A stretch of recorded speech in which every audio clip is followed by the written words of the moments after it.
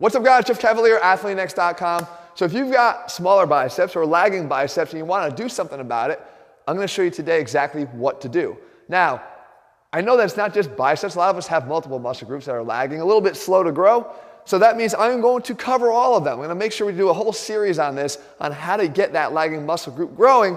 And to make sure that you don't miss any of these, obviously you have to subscribe, but do me a favor and also turn on that notification bell so you can make sure that you don't miss any of these videos in the series. Now let's do this together, okay? Because I'm going to make this an interactive video because I want you to feel this right away and see what the problem is so you can become more aware of how to fix it. First thing we're going to do, I want you to take your arm right here and put it at your side and squeeze. Okay, I want you to flex your bicep as hard as you possibly can. Do you feel any discomfort here? Okay, just make note. Do you have any discomfort in your bicep? I can tell you I actually have some discomfort here, right? But now we can make it more intense.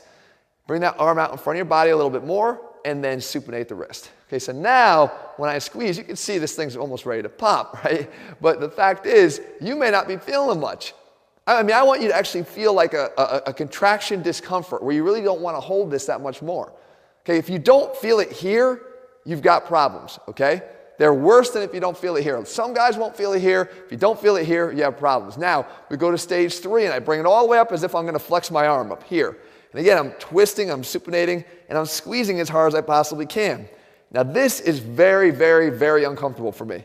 If this is not uncomfortable for you to the point where you actually have to stop because it's starting to cramp up, then I've identified your problem for you. What it means is you do not have a good mind-muscle connection with that muscle. And you might have heard that term thrown around before, and some guys even refer to it in PubMed studies ridiculously. The fact is, it actually matters. It matters a lot. Because if you can't feel the muscle contract, then what is the additional work going to do? Go back to a scenario someone might have told you, do specialization work. Do an extra bicep specialization day in your training. What good is it? You can do all the specialization work you want, the additional bicep curls and concentration curls or whatever. If you don't have a good connection with the muscle, you think it's going to respond?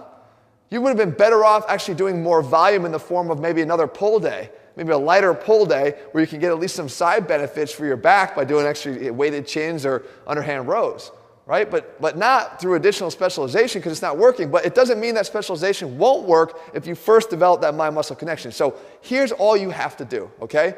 Follow along with me here. What you want to do is you want to start, again, 2 or 3 times a week. And I'm going to explain why you can tolerate this kind of volume without any repercussions.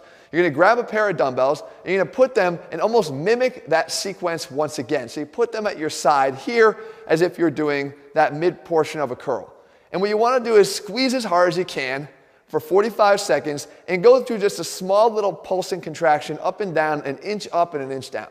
Okay, with the goal being to see if you can intensify that contraction to start to feel some discomfort in there with the use of the weight. Now, the weight does not have to be heavy. You could use very light weights here. It's just a fact to put yourself in a position to mimic the same action I had you go through before. Now, after that, you do that 2 times for 45 seconds. The next thing you do is you want to get into a position or an exercise that sort of mimics that secondary position, which is the arm out in front of the body, a little bit more supination. And we could do that with a spider curl position that you see me here. Now, the same thing applies here. I'm going to get up into that position, get to a contraction, have the forearm supinated, squeeze as hard as I possibly can, hope to feel more discomfort, and pulse a little bit in that top position.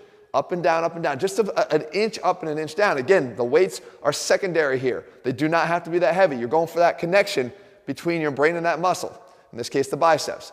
Again, 45 seconds twice. Then finally, we're going to grab either a band if you're going to be training at home or a cable machine if you're training in the gym. And you want to mimic that same last position, which was basically that bicep flex position. So we're going to do the cable curl down to a flex position here. And when you have it there, you want to go and pulse again, once again, up an inch and down an inch for another 45 seconds per arm. Now, if you do this whole thing, it only comes out to be about 6 minutes of activation work. I know I did a Soar in 6 minutes series before, but let's call this the size in 6 minutes. Now, don't be confused. This is not a size building activity here. It's not. We're talking about isometrics and light dumbbells. What this is the activation necessary to unlock the size. So if you do go back to doing specialization bicep work, it actually might work now. If you do decide to do more of a pull workout, you're not caring as much about aesthetics as you are more about function, at least the secondary pull workout will now start to get more contribution from the biceps instead of letting the back dominate every move you do, because you have more activation and awareness between the mind and the muscle here in the biceps. So you do this as the gatekeeper to the size. Okay, and the key is this. You're able to do it 2 or 3 times a week. Additionally, number 1, because it's short. Number 2, you don't have any eccentric overload here. Number 3, you're not getting a whole hell of a lot of metabolic buildup. So these methods that might cause some soreness that would prevent you from doing this are not in place. This is literally a neuromuscular re-education activity that can be done more frequently. And the way you can simply retest is from week to week, do the contraction sequence and see if you can start getting sore. And ideally, to the point where even when you're down here, you're feeling some contraction soreness here as well, right? Some discomfort. Guys, if you found this video helpful, make sure you leave your comments and thumbs up below. If you're looking for a step-by-step program that puts real science, not just PubMed studies, but real science in everything we do, it's all available over at athleanx.com. And remember, like I said, you don't want to miss any of these in this series because I'm going to try to help you with every single muscle group, regardless which area is stubborn for you. Turn on those notifications and subscribe to the channel. All right, guys, we'll be back here again in just a few days. See you.